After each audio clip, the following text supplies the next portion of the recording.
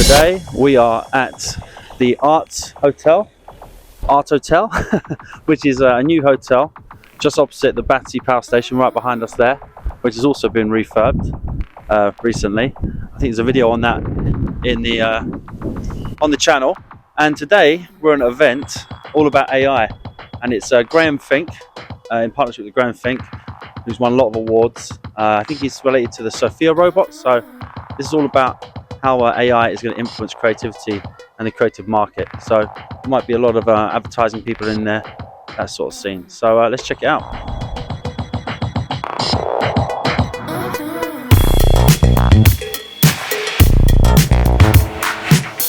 Look who it is. Yeah, man. Cheers to B-roll. How you doing, man? You alright?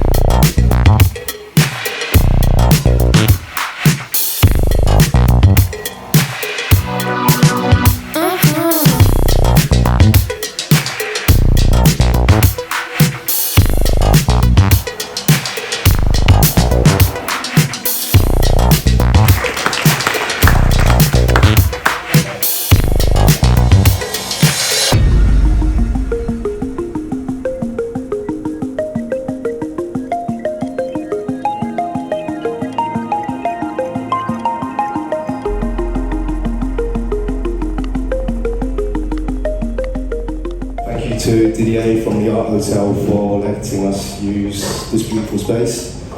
Hello, hi, good evening everyone. So thank you for coming for this first of our collaboration with our partner.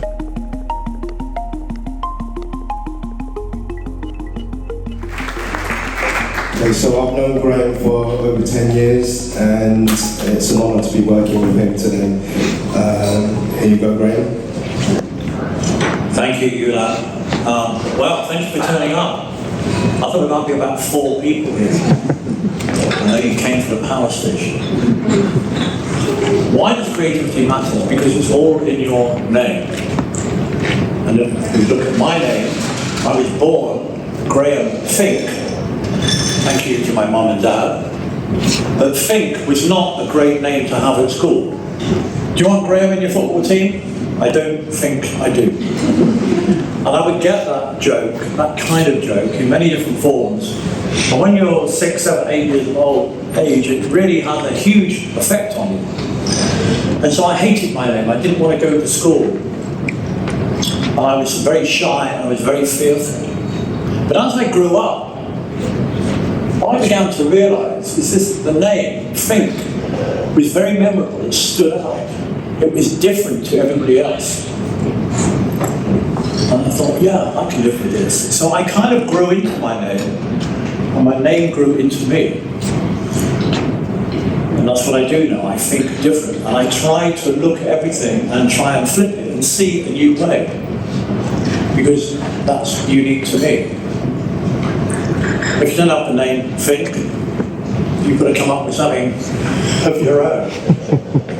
But that's what it's about. It's about finding something that's individual to you, your ideas, and put that into your, whatever it is you're doing, into your life, into your company.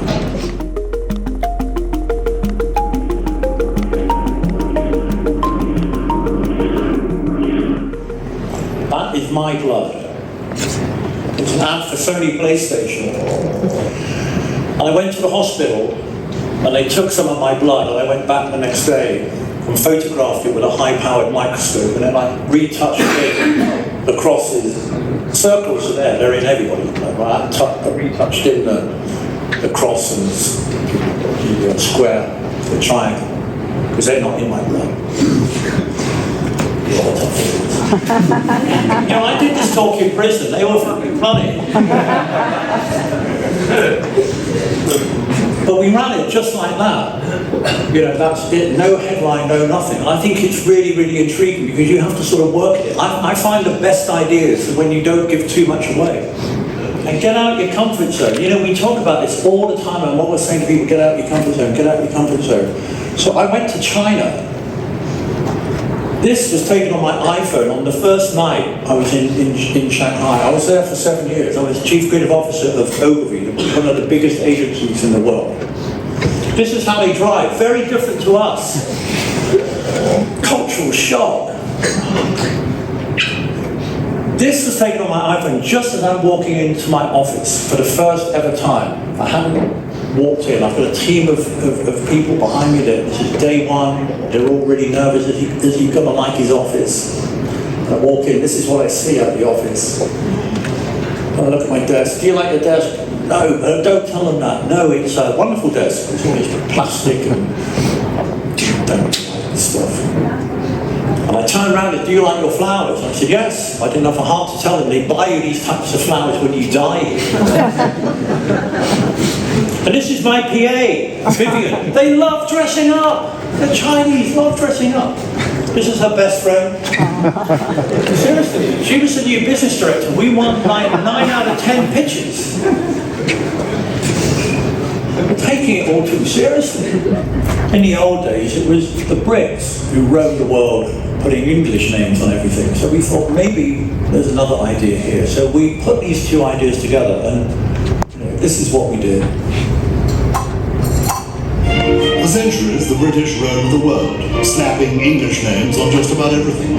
So when it came time to promote Great Britain and China, we thought the Chinese might like to return the favour, with great Chinese names for Great Britain. Now, Britain is launching its largest ever tourism campaign, and it's based around asking people to choose the Chinese name for a range of British landmarks. We want funny names, we want thought-provoking names, we want names which are poetic.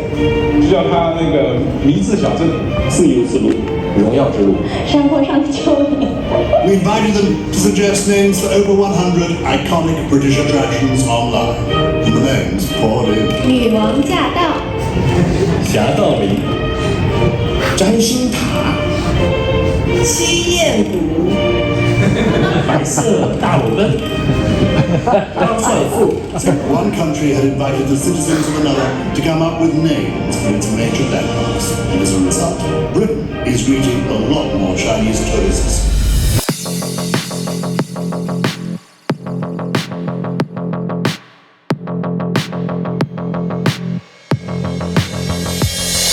All gendered toilets and change rooms in case you're not sure what gender you are. What we like to see. Okay, so I think this isn't the normal entrance. We've come around the back here for some reason. But yeah, this is it. Looks nice.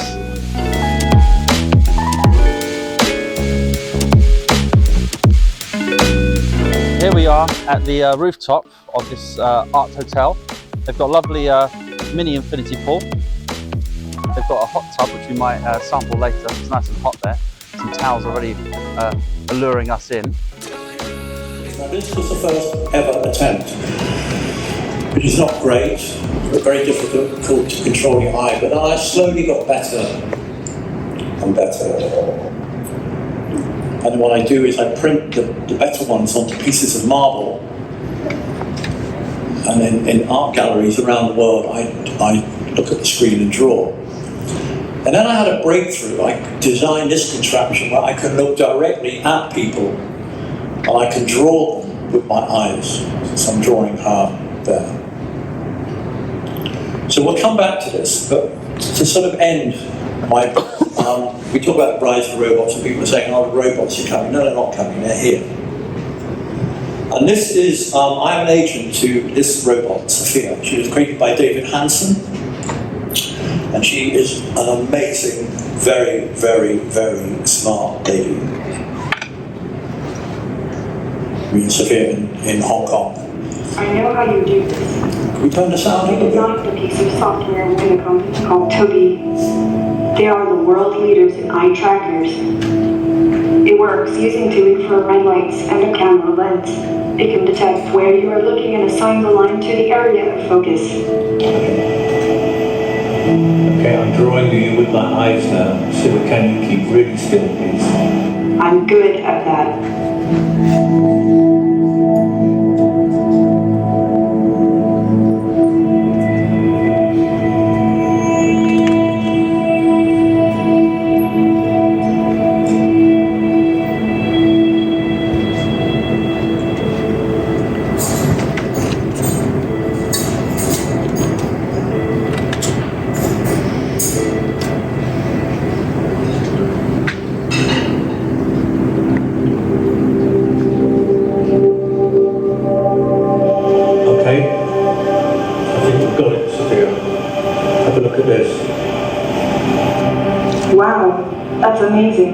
I'd love you to give me some lessons.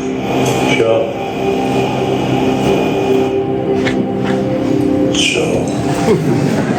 In a fair with another robot. Don't tell Sophia. This is Ada, AI-DA, and she's created by a British contemporary artist. And if you haven't heard of her, you should definitely look her up. She's having exhibitions. She is an incredible artist. She is the world's first humanoid robot artist. I commissioned her to do some watercolor paintings for me, and this was one that she did. And that's one, a very recent one. So if you want more of this stuff, this will take you to a landing page where there's a lot more details and there's videos on there, etc. And they'll give you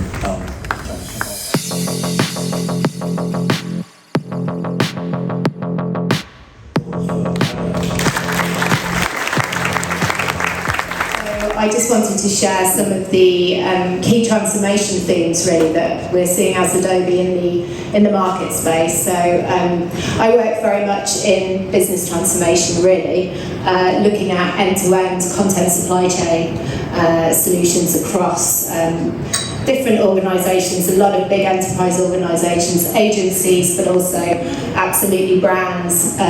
So really helping to drive efficiency to be able to optimise creative and resources. So I'm going to share a little bit on that. I'm going to give you a little bit of an insight into some of our generative AI creative offering.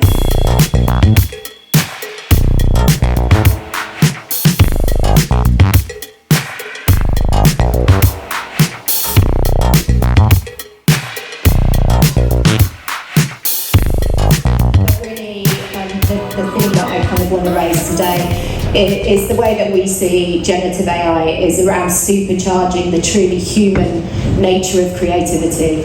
We also see the future of work being highly collaborative and hybrid, and that would be hybrid in terms of people working much more remotely, in offices, at a global level, in all sorts of different forms, so needing to be able to access what they have to work with, and particularly large file sizes within creative space is very challenging, and to be able to collaborate. And this collaboration is happening more and more cross-functionally across business now, and at earlier and earlier stages. So we know that creativity is a differentiator, a business differentiator, so we need more and more people who aren't necessarily creative pros to be able to join that collaborative process. This is an example of a 3D scan that you are able to do now to start working with 3D imagery, even if you are not a 3D professional. So we're doing a lot of investigation in this space, and particularly with announcements from Apple and others, and a lot more immersive spaces coming along, we know that creatives are going to be asked to do much more multidisciplinary work. So I think that's the important point here, is that the tools are adapting to enable you to be, as a creative professional, just stuck in your own silo, and if you're not a professional, to be able to start creating. We have a ton of generative AI capabilities and AI capabilities. For the last 10 years, we've been creating and embedding these within our solutions. So we can talk at any point going forwards about some of these additional solutions, but Firefly is a key part of that. One of the major things that we speak to brands about all the time when it comes to generative AI is how do we control and protect our brand. So we're going to be offering a model where you can actually train Firefly specifically on your brand guidelines and your own imagery. So that's something I'm working very closely with our large partners on to help deliver that to market at the moment. So you'll be able to train it on product imagery, for example, and then place that in a contextual environment as a marketing shot, so you don't have to go out and do expensive shoots, and you can scale to a level of developing that content that you might need to for personalisation. I want to spend more time on it. Because I've felt, being super honest here, when I play a lot in Mid-Journey, and you can get some really incredible images. So the images that I was getting were, not as good as that. But what became interesting is when you can start to say, I want this. Okay, I've created this house on Mars. Make it snow. And it snows. And now scan my Dolce & Gabbana glasses and put those into the scene. And it can do that. Now make that house leather, make it steel. and nuts. And you know, I guess when you're looking at anything these days, that's kind of the worst it can be, right? Because tomorrow is going to keep upgrading with a few upgrades. It's going to be incredible. Yeah, and I think, you know, the safety of use of content and the ethics of that content have been a huge driver from the beginning, but we are constantly releasing. We're just about to make some more big announcements, and this will happen. Feels like on a weekly basis at the moment, but we've got a ton of stuff in the pipeline. Great. Are there certain nuances or aspects of human creativity that it struggles to replicate? I mean, I think there are things that we would never expect it to or wanted to. The way that we look at Firefly and Sensei in general is as a co-pilot to what you're doing, so it can help you get to what you're imagining faster. But in terms of you know, those unique creative ideas that really are left field from the brief, that come out of nowhere because of a uniquely curated human experience that you've had, which we all have, and that we all take in influences from all over the place all the time. You know, it's that moment in the bath or the moment in the shower, you're like, that's wacky, but it might just work. If you're giving a text prompt to an AI engine, it's not going to come up with something that's not to do with that text prompt that might be that unique idea. So I think we're going to become more curators of creativity and experiences, and use the tools to help communicate that and bring it to life in a way that we can, that we can develop more ideas more quickly.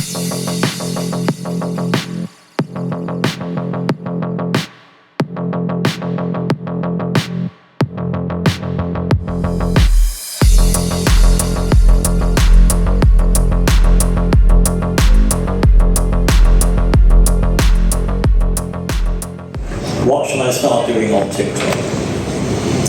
And you need to be your authentic self still. I mean, what big corporate Graham is this? Be yourself on the weekend. Be always that.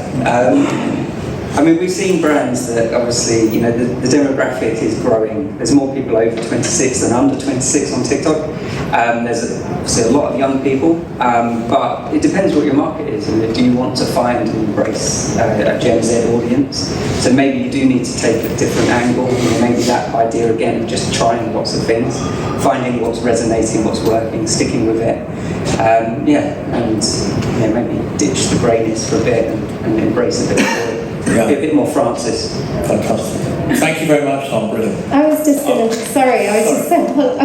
to say, I also feel like, you know, social media and platforms such as TikTok is a place where brands can really give back to their audiences, and that's what it should be, about speaking to their audiences and their passions, reflecting that, and not about what can I get from this, because being able to build that brand loyalty and the respect from audiences and reach new audiences is powerful in itself, and I would just add that I think is a huge opportunity.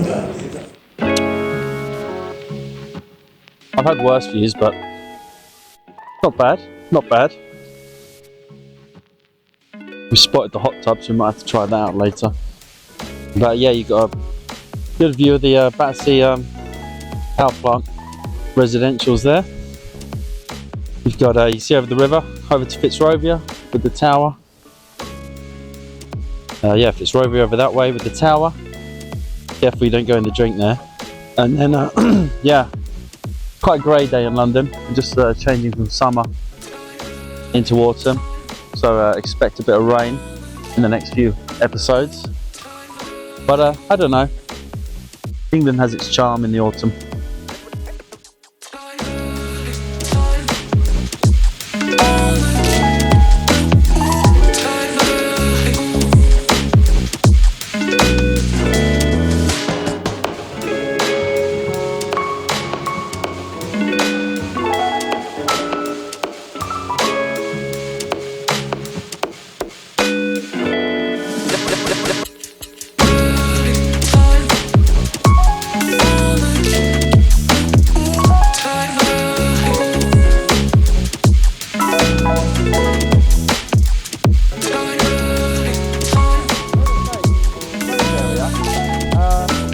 I don't come here much because the transport